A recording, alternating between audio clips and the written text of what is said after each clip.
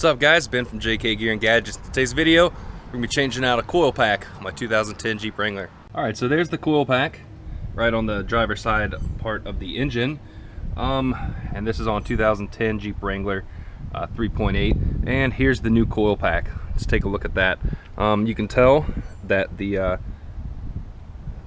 are numbered 1, 2, 3, 4, 5, and 6 on the coil pack.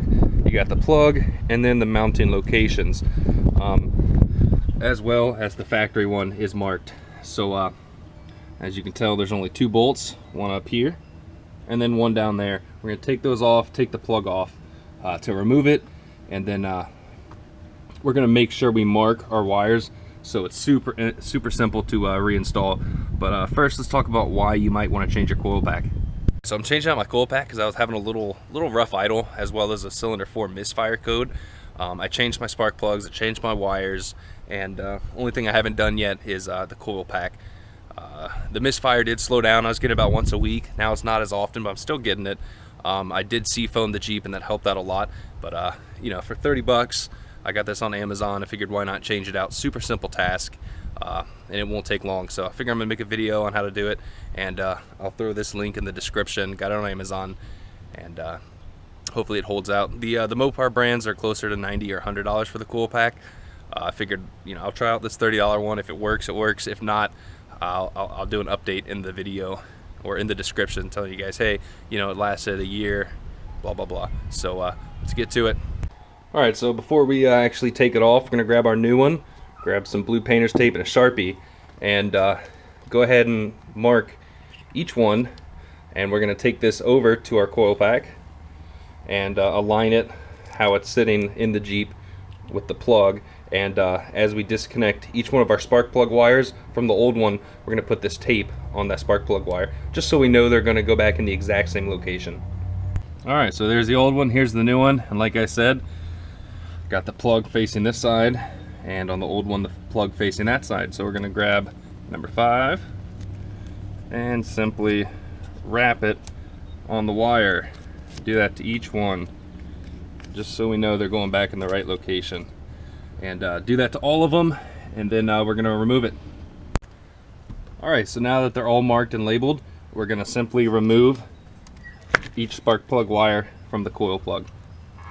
Alright, so we're going to pop this red tab up with a screwdriver or your thumb, pinch this and wiggle it off. It's kind of hard to get to in there just because this hose is in the way, but if you do have too hard of a time getting the plug off, you can get that off after we remove the coil pack from its mounting position. But now that we got that off, we're going to go find sockets for these 2 bolts and pull it off. On the 3.8, these bolts are going to be a 10 millimeter. And we're simply going to go in there and take them off. They're not very tight, so break them free and take them all the way out, pull the coil pack off.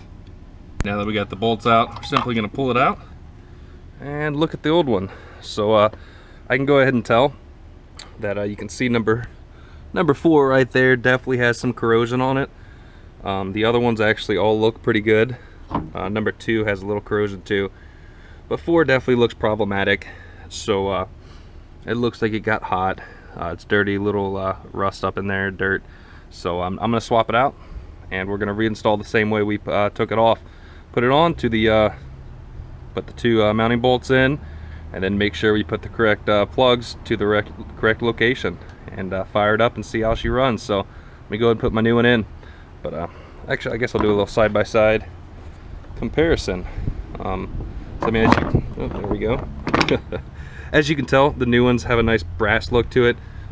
I mean, you can just see the difference. But other than that, everything else looks similar. So hopefully this will fix my rough idle issue, and hopefully maybe even bring back some MPGs. So now that we got everything back together, before we remove the tape and the labels, we're gonna go make sure the engine turns over and runs fine. Just in case for some odd reason you might have put the wires in the wrong spot, you can go back and double check. Everything's done. I got the new one on, old one's off, plugs are back on, and it runs well so far. So I'm gonna throw this part number in the description with the link to where I got it on Amazon. And I'll update the description if anything happens bad. you know, if the misfire comes back, I'll let you guys know. And if I do find out, well, somebody's calling me. So hope you guys enjoyed the video. Make sure to subscribe, check out my other videos, and thanks for watching.